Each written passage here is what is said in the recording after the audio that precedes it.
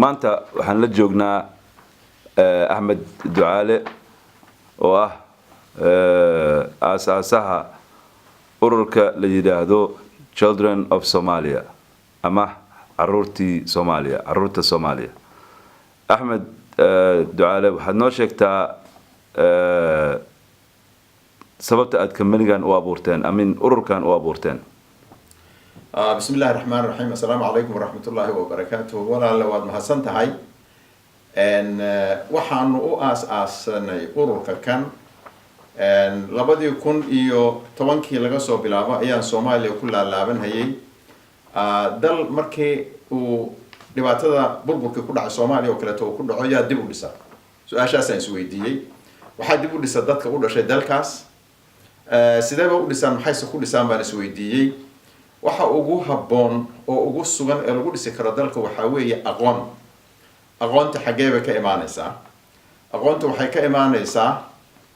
waxbarashada caruurtii Soomaaliyeed 30 sano ku dhawaad ayaanay lahayn school iyo waxbarasho sida daraadeed baan waxaan isweydiiyay maxaad awoodaa oo wax ka qaban kartaa ama aad u heli kartaa dad gacan kugu siiyo sidaas daraadeed baan ugu dhaaqay arrinta tan oo ah caruurta Soomaaliyeed intii awoodeyda inaan ka qayb qaato waxbarashadooda iyo caafimaadkooda ilaa hadda maxaa idin hirgalay ilaa iyo hadda alxamdulillah ilaahay baa mahadle waxaa noo hirgalay in aanu ka helay gacan ay isiiyeen rag ashxaas badan oo Danish ah iyo dawladda Danishka oo lafteedu in yar oo kabitaan ah urur Danish noo soo marisay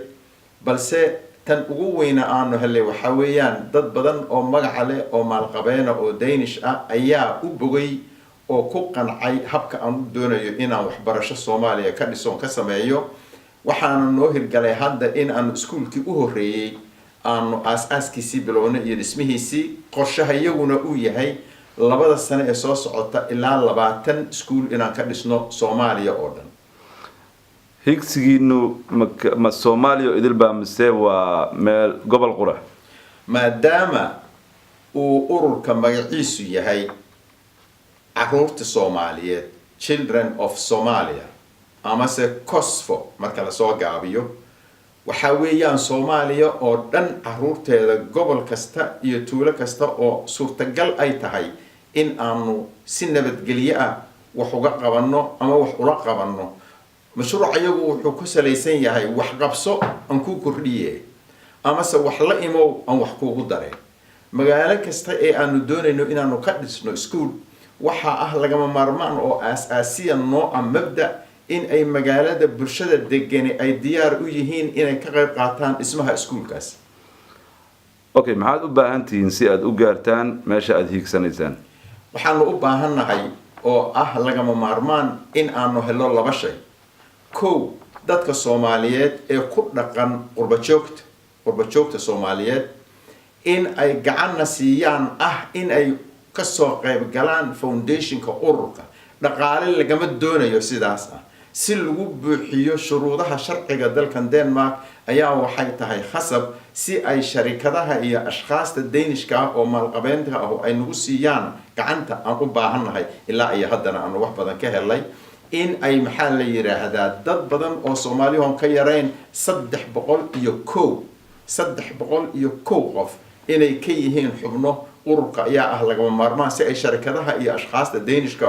u helaan cashuur dhaaf sharci weeye inta oo baan Soomaalida uga baahanahay in ay ururka ka qayb qaataan magacyahooda ay iska qoraan xubno ay ka noqdaan dhaqaalaha aniga keenaya ma waxay ku xiran tahay waddanka ay joogtaan Denmark Soomaalida joogto inay isqoraan mise waa Soomaalida caalamka oo idil waxa wax walba noo fududeeyay oo aad uga dhigaya arrinta tan arrin fudud alla ma had leh waa Soomaalida meel kasta ay joogto xataa kuwa jooga Soomaaliya xubin bay ka noqon karaan sida daraadeed dad badan markii ay soo galaan oo ay xubin ka noqdaan ururka hadii eeba idmo macna weyn buu yeelanayaa ururku Soomaalidu meel kastay joogaan Soomaalidu qura maaha dad badan oo Danish soo galay hadaba laakiin waxaan anigu jecelahay maadaama wax loo qabanaya ay dadkaygii iyo dalkaygii yihiin dadkaygii inuu ka muuqdo ururka oo ay noqdaan hormuudka ururka inay noqdaan baan doonayaa اوكي حاجه laga helaa macluumaad dheeri ah haduu qof u baahdo xagees la idin kala soo xiriiri karaa waxaanu sameynay website la yiraaho magaciisa www.cosfo waxa weeye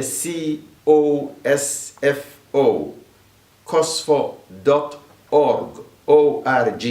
halkaas ayaa wax allaala wixii macluumaada sharciga foundationka waxa uu ku salaysan yahay aasihiisa aniga ah iyo taariikhdiisa iyo taariikhdeeda waxa aan doonayno inaan qabano wax kasta halkaas laga helayaa insha Allah okay wax kale fariin kale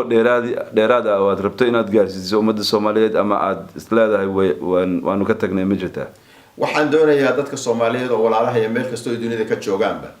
in ay sameeyaan sida aan anigu hadda ku dhaqaaqay oo kaleeto waan ogahay dhalinyaro badan oo Soomaaliyeed khayr Allah siiye ayaa ka qayb qaata abaaraha nooleynta dadka dhaqaalaha dadka ceelasha biyaha waxbarashada wax kastaba waan ogahay balse waxaan aad iyo aad u xiiseynayaa oo ku boorinayaa walaalahayga Soomaaliyeed in ay si wanaagsan oo hufan uga qayb qaataan oo u soo jeestaan dalka iyagii Soomaaliyeed annaga ayaa dhisan karna cid noo imanaysa oo noo dhisaysa ma jirto waanan dhisi karnaa ka fakar bal maanta qof kasta ee Soomaali ah ee jooga America iyo Yurub haduu $5 oo kaliya bixiyo wax aan dibadda uga baahanahay ma jiro ciidan shisheeyaan aan u baahnayn macallimiin shisheeyaan aan u baahnayn dhaqaale shisheeyaan aan u baahnayn xaqiiqada weey marka waxaan ku boorinayaa walaalahayga Soomaaliyeed oo dhan meel kasta oo ay joogaan in ay isku tashadaan innaga ayaa isku tashanayna tilabadaas aan qaaday iyadoo kala qaadan leeyahay iyo kuwa ka sii xoog badan wabillahi tawfiiq